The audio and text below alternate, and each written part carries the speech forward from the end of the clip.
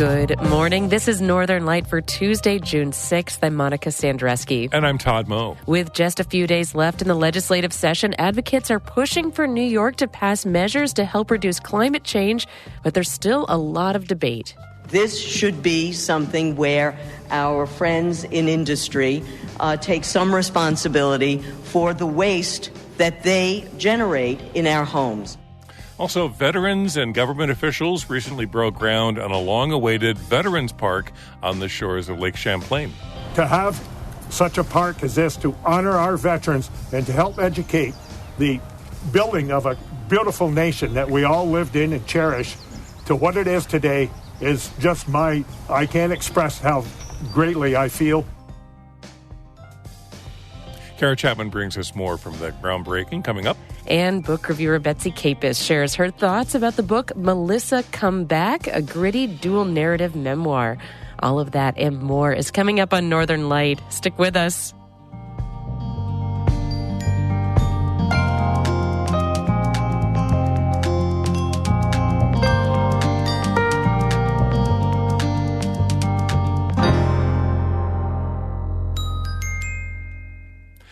Broadcast of Northern Light here on North Country Public Radio is supported by Adirondack Foundation and the Adirondack Birth to 3 Alliance, dedicated to providing all children the best possible start in life, AdirondackBT3.org, and by Long Run Wealth, an SEC-registered investment advisor in Lake Placid, providing comprehensive wealth management, retirement, and financial planning solutions, longrunwealth.com.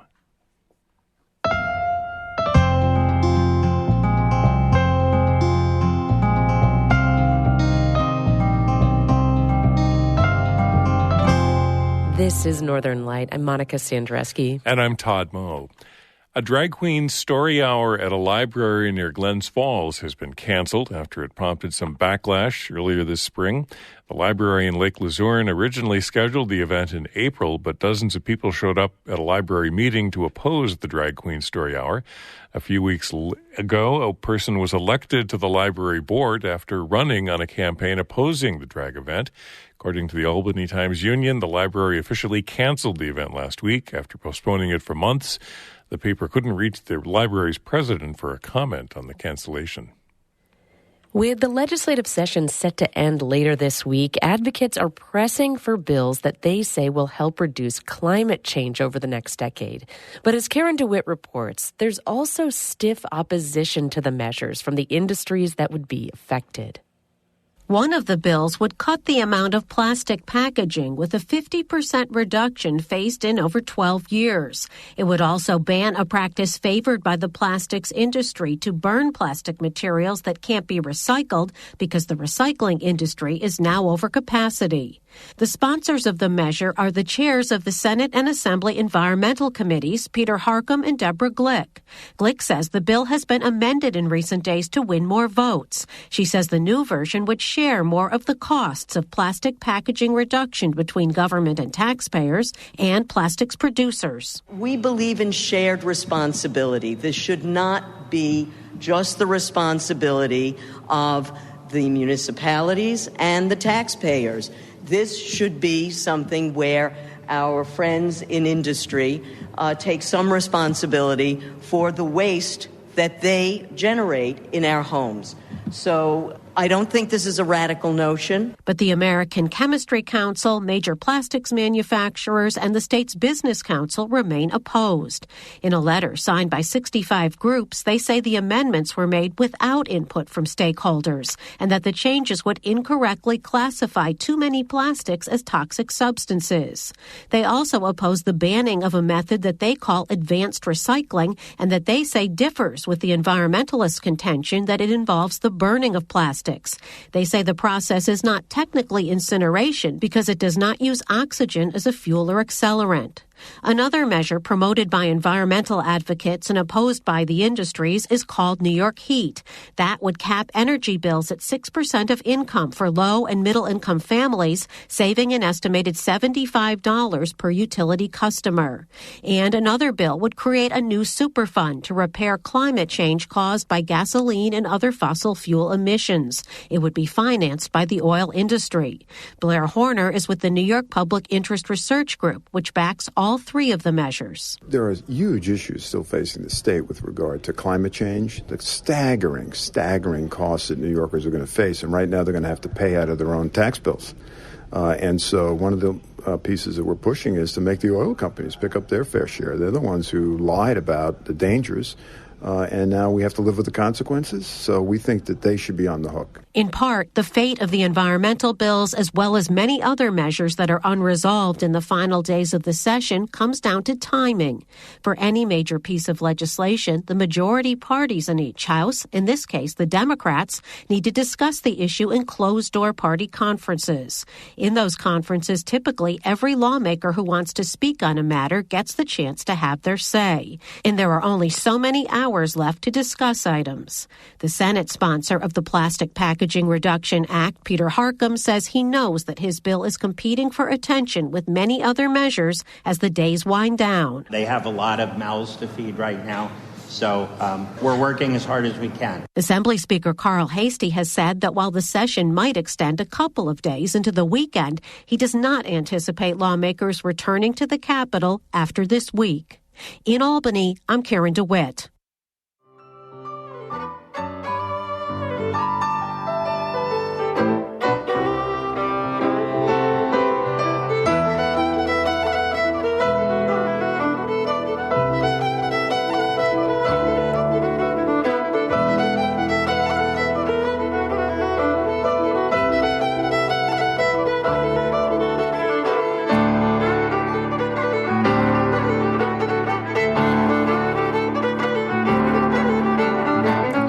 You're listening to Northern Light here on North Country Public Radio. Time now is 7 minutes past 8.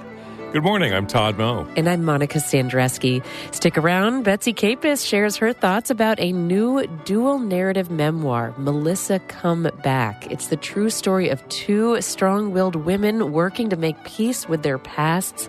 And we'll hear more from Betsy Capus coming up in just a few minutes here on Northern Light.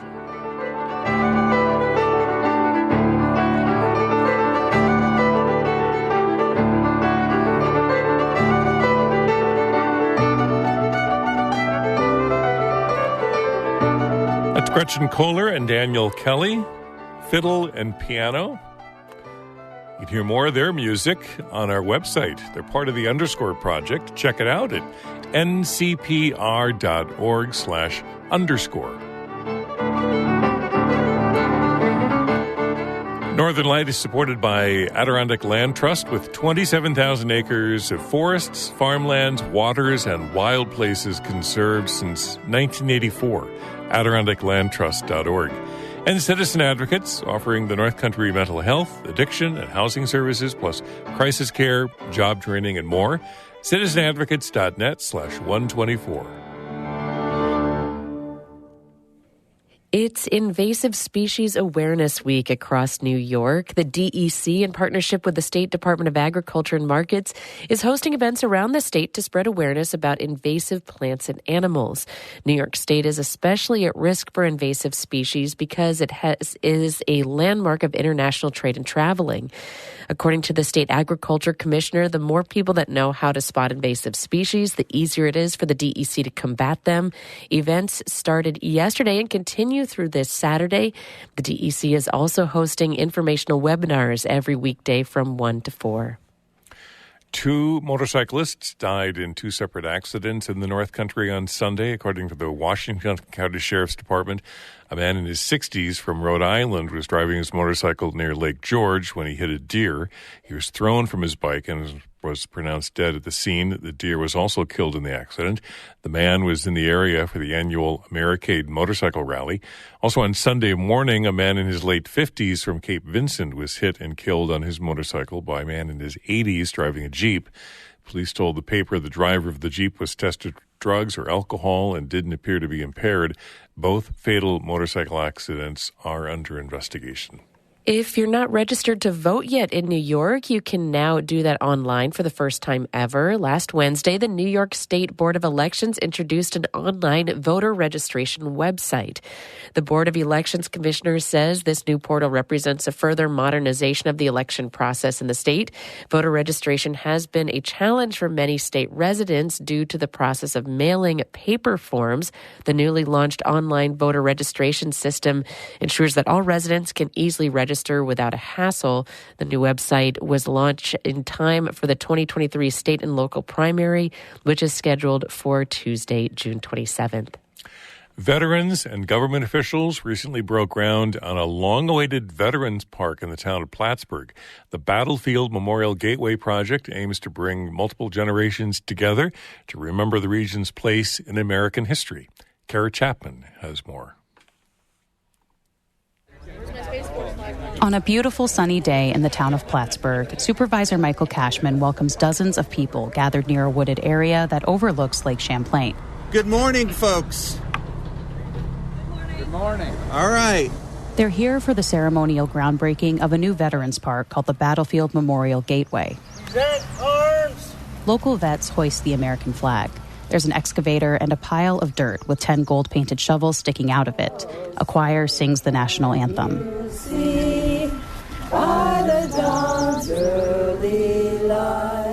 The pandemic delayed this moment, the start of the project's first phase of construction.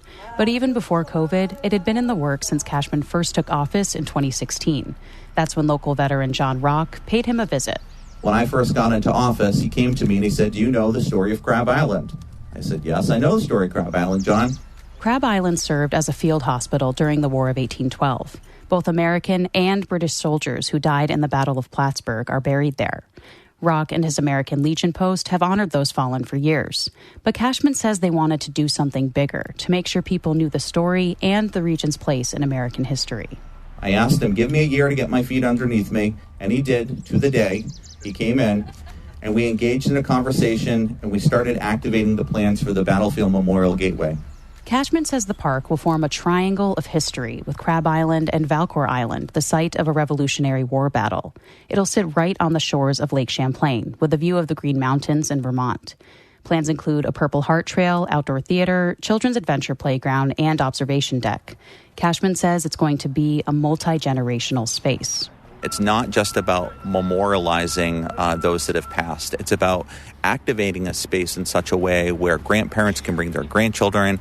There will also be some recreation spaces where people will be able to use the former jetties, be it for fishing or to cast off for kayaking. So it really is a very unique space. That space is going to cost money, about $6 million. Cashman says they've got a little more than $1 million after leveraging state funding secured by Assemblyman Billy Jones to apply for grants. Joseph Patnode is with the Clinton County American Legion, the town's partner on the project.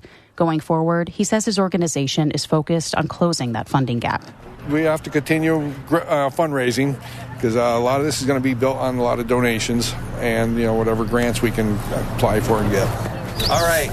Usually we do a countdown of 1, 2, 3. We're going to do something a little bit different. It's going to be USA.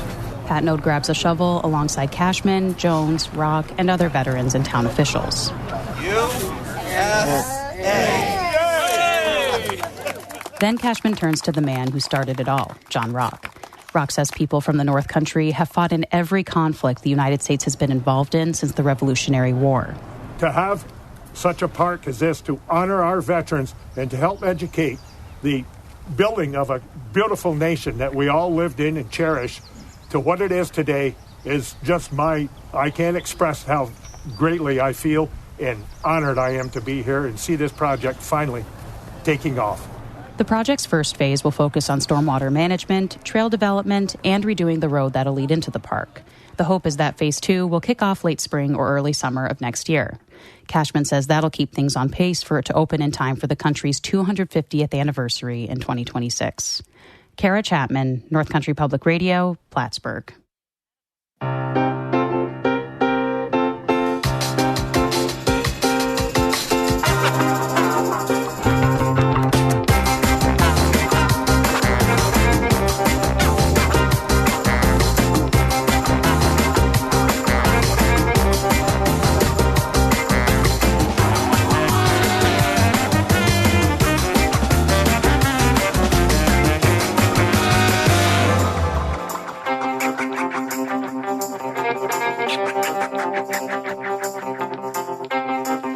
You're listening to Northern Light here on North Country Public Radio. I'm Todd Moe. And I'm Monica Sandreski. In just a minute, we'll sit down with our book reviewer, Betsy Capus. Then, in a little bit after that, stick around after the show for national news headlines from NPR coming up at 8:30.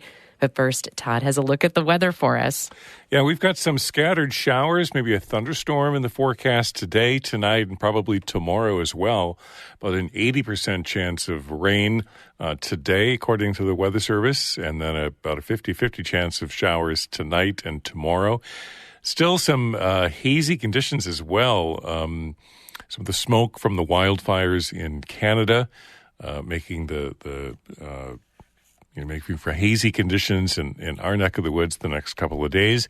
So some scattered showers today, tonight, tomorrow. Highs near 70 this afternoon, lows near 50 tonight, and highs in the 60s tomorrow. When Patrice Keat met Melissa, a 9-year-old foster child, she knew she wanted to adopt her. But Melissa didn't want to be adopted. In a dual memoir, Patrice and Melissa write about their lives. I caught up with our book reviewer, Betsy Capus, to hear more about the book, Melissa, Come Back.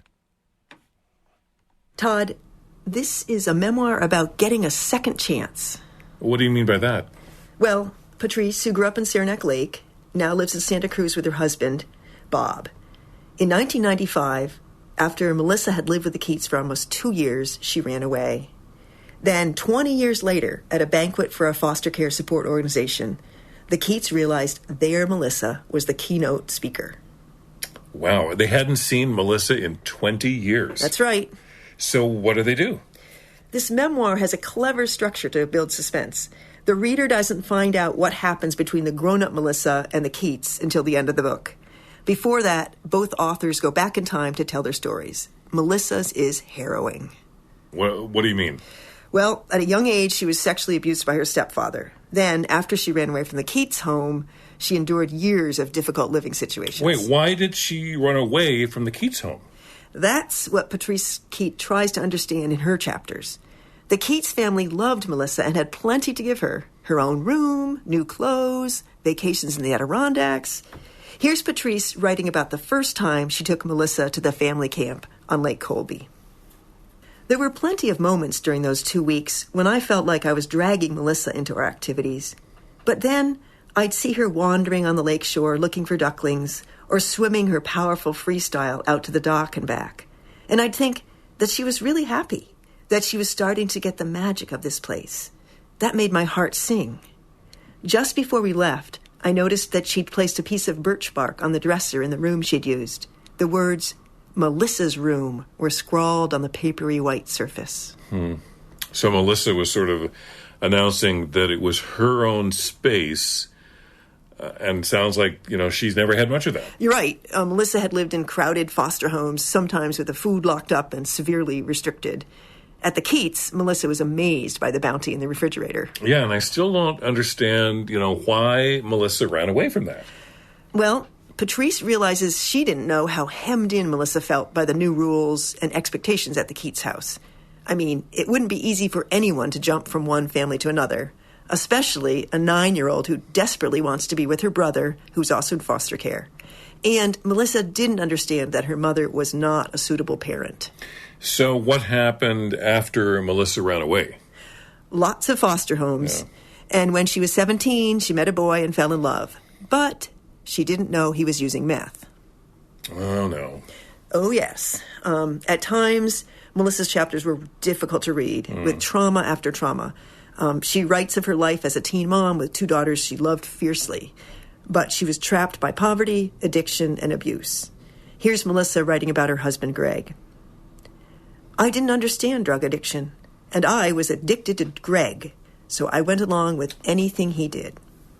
Yeah, I hate to say it, but this is a familiar story. Sad story. I know. And I think what is best about this book is Melissa's honesty about her own drug use and her struggles to find work and childcare and housing after she decides to leave Greg. So let's go back to the reunion of the Keats and Melissa after 20 years. What happened then? Todd, for once, I am going to tell you how this book ends. It would be too dark otherwise. Yeah. So after the banquet, the Keats have an emotional reunion with Melissa. They decide to invite her to live with her daughters in the apartment in the downstairs of their spacious home. Here's Melissa, 7 years after reuniting with the Keats. I think that if I was still that 9-year-old girl sitting in her school counselor's office, I'd view this phase of my life as the satisfying happily ever after. But the truth is, I don't need that kind of ending anymore. Through the steadfast love that Patrice and Bob, my parents, have shown me, I now allow myself to be whatever I am at any given moment. I really do have the family I longed for all those years as a child, and it's one that's complicated and quirky and perfectly flawed. Whew. Quite a story. Thanks for sharing it, Betsy. My pleasure. See you next month, Todd. Melissa Come Back is a dual narrative memoir by Patrice Keats and Melissa Lomdu. You'll find it at the Book Nook in Saranac Lake. Patrice Keats, who grew up in Saranac Lake, will speak about the book at the Adirondack Center for Writing on July 12th at 7 p.m. Time is 21 minutes past 8. You're listening to Northern Light here on North Country Public Radio. I'm Todd Moe. And I'm Monica Sandreski with more love for more of our smaller bookstores and the events that they're having, including at the Bookstore Plus in Lake Placid this evening. They're presenting an evening with the novelist and short story writer Andrea Barrett. She's a North Country native, lives over near Lake Champlain, and has also won the National Book Award for her book, Natural History, which she'll be discussing this evening. It's set largely in central New York. She'll be talking in person and via Zoom tonight at the Bookstore Plus in Lake Placid, starting at 7 o'clock, and you can find out more from the Bookstore Plus. There is music over the marsh at the Paul Smith's Vic this Friday night, June 9th, 7 o'clock. It's the Susquehanna String Band. Rick Bunting, Dan Duggan, John Kirk. They'll be they're all three are accomplished solo artists, and they're combining their talents to perform traditional music from America and the British Isles. Some great music. Music over the marsh Friday night, starting at 7 o'clock at the Paul Smith's Vic. $15. For admission, starts at 7 o'clock. And if you want more information, you can check out paulsmithsvic.org. And Friday night is the opening reception for the new exhibit at the Strand Center in Plattsburgh. It's called Lasting Impressions, and it's a printmaking exhibition. And it's not just one artist. It's a showcase from a mixed group of artwork from local printmakers to showcase the diversity and talent within the medium. And some of the artists involved include Diane Fine with Kathleen O'Connell, MJ Bray, Liz Feely, and Kaylee Mayer. And through this show, they say that they're hoping to engage with folks for a broader view of printmaking and what's it all about.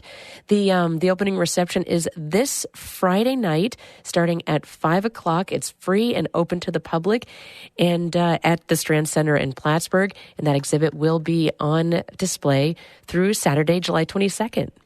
And just a reminder that Potsdam is holding its first ever LGBTQ Pride Festival. June is Pride Month, and we're helping to kick it off.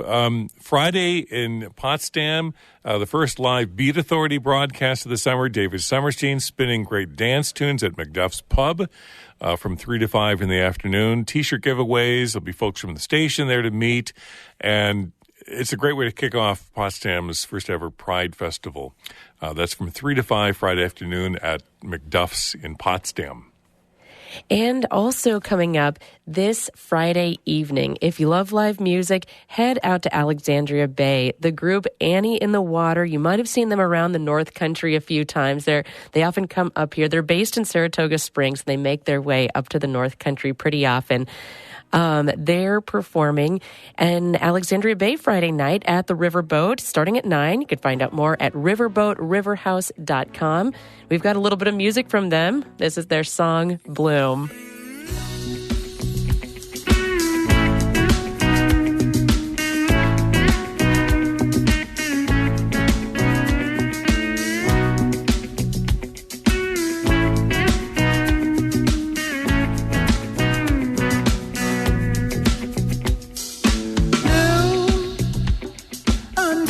the sun. Beautiful color song. Life forgets no one. Nothing goes unseen.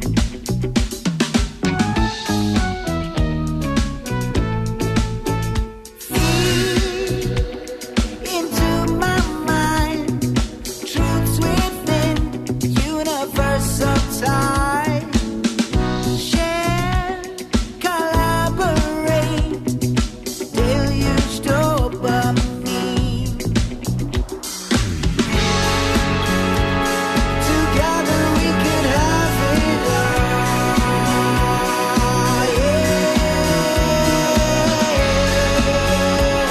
Together we could have it all.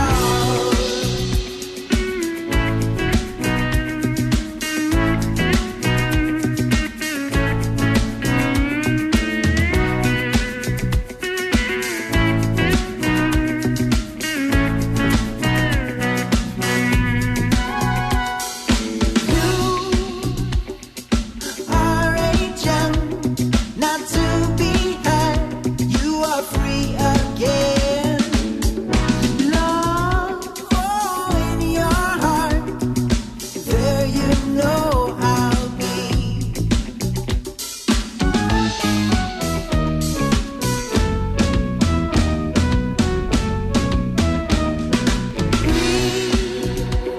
Into my lungs, expanding now. You can trust in fun. Share, collaborate, deluge dopamine. Together we can have it all.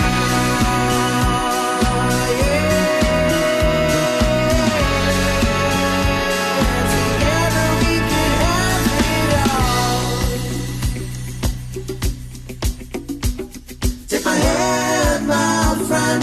You and me and I'm you. Take my hand, my friend. It's the least that we can do. Take my hand, my friend. You and me and I'm you. Take my hand, my friend. It's the least that we can do.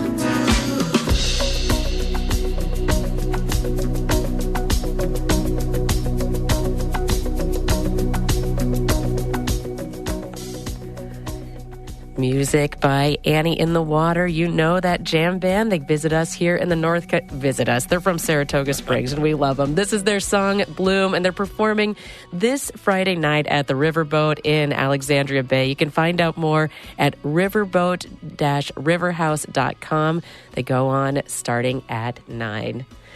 That's it for the show for the day. Morning Edition continues in just a couple of minutes.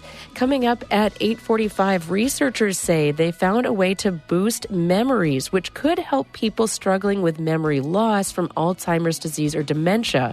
We'll hear more on this story coming up in about 15 minutes at 8:45 right here on North Country Public Radio. Together we could have it all.